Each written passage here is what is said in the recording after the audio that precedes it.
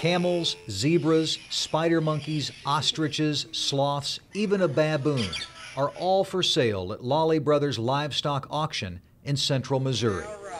Our undercover camera also recorded this rare white lion cub, born in a small family-owned West Virginia zoo. On this night, she'll be sold to the highest bidder. The auction, which is legal, will sell hundreds of exotic species, but there is growing concern that because of auctions and backyard breeders, he weighed 5 pounds when we got him. The big cats are winding up with people who may not appreciate the danger. You gonna give me love? Dick Stevens bought his tigers from a backyard breeder when they were cubs. Now he keeps the full-grown tigers in an outdoor cage at his home just north of Springfield, Missouri. Many people tell me it's gonna get eat up. Do I look like I'm eat up?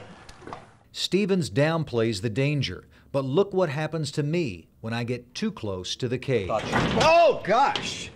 She turned you loose, didn't she? Well, I pulled away. If she really wanted you, she'd have had you. Sometimes the big cats don't let go until it's too late. Less than 2 days before she died, these pictures were taken. 3 years ago, Rhonda Good's 17-year-old daughter Haley was supposed to be posing for a picture with a tiger cub at a Kansas sanctuary, but the cub wasn't available. So Haley stood next to a full-grown tiger hooked to a chain. I think he either licked her foot or reached for her foot, and she squealed. Haley turned to run, and the tiger attacked. He attacked her just like a tiger would attack its prey.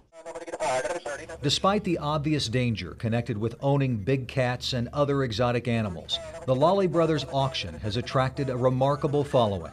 During our visit to Lawley's Market, we saw vehicles with license plates from 30 states and Mexico. So who's keeping track of these animals? The United States Department of Agriculture regulates and inspects exhibitors and breeders of non-native species like lions and tigers. But Dick Stevens isn't required to get a USDA license to keep his tigers.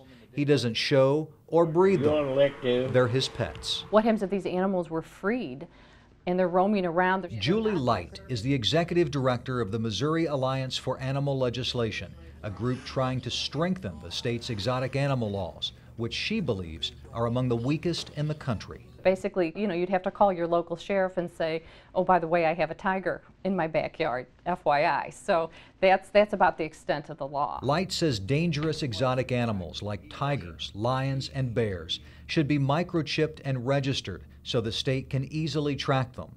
The owners should have to pay registration fees, should not be allowed to let anyone touch the animals, and should be required to get insurance. You need insurance to drive a vehicle. Why not if you own a tiger? Light says neighboring states, Illinois, Iowa, and Kansas, all have stronger laws than Missouri. Yeah, you're a good boy, ain't you? For now, the fate of some potentially deadly animals are in the hands of people who may not recognize the danger. You're a darling. Give me a kiss.